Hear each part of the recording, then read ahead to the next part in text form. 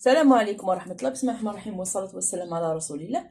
اليوم البنات راح نديرو يعني فيديو خفيف ظريف. راح نديرو الفلفله مرقده في زيت الزيتون والثوم. يعني هي حاجه بسيطه، تقدروا تقدموها في المناسبات، يقدموها بزاف في العراس البنات، خاصه في الشرق، منطقه الشرق. هنايا البنات عندي فلفله شويتها في الطاجين، يعني شوها في الطاجين، ما تشوهاش على النار باش ما طلقش هذاك الحموم وما تضطروش انكم تستعملوا الماء. شويتها في الطاجين، قطعتها هكايا شرائح كما راكم تشوفوا، ها هي.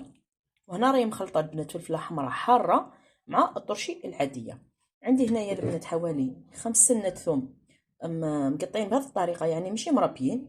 عندي زيت الزيتون، وعندي الملح، وعندي هنايا البنات البله راح نخدم فيها. هنايا البنات راني وجدتها. ندير الثوم، يعني الماء ما لازمش كامل يتوشي هذيك الفلفله البنات باش ما تخسرناش في كي نكونوا دايرينها في البلاره. نديروا شويه ملح، شويه ملح فقط البنات، وندير زيت الزيتون.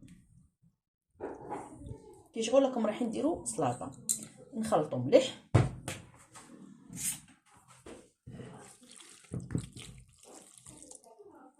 هنايا البنات شوفوا راني خلطتها مليح، نجي نفرخها في البلاره.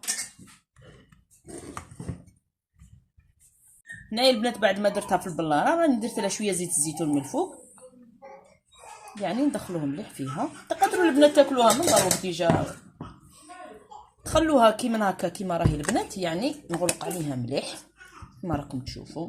اي بلاره عندكم، انا هنا عندي هذه تاع المرجان، وراني دايره هنا البنات حوالي 2 كيلو تاع فلفل طرشي مع الفلفل الحار.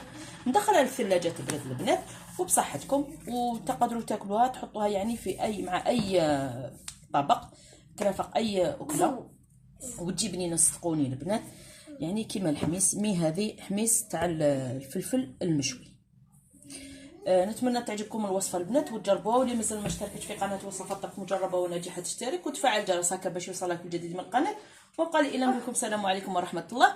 الوصفه الجايه ان شاء الله باذن الله حنوريكم الباذنجان بنفس الطريقه.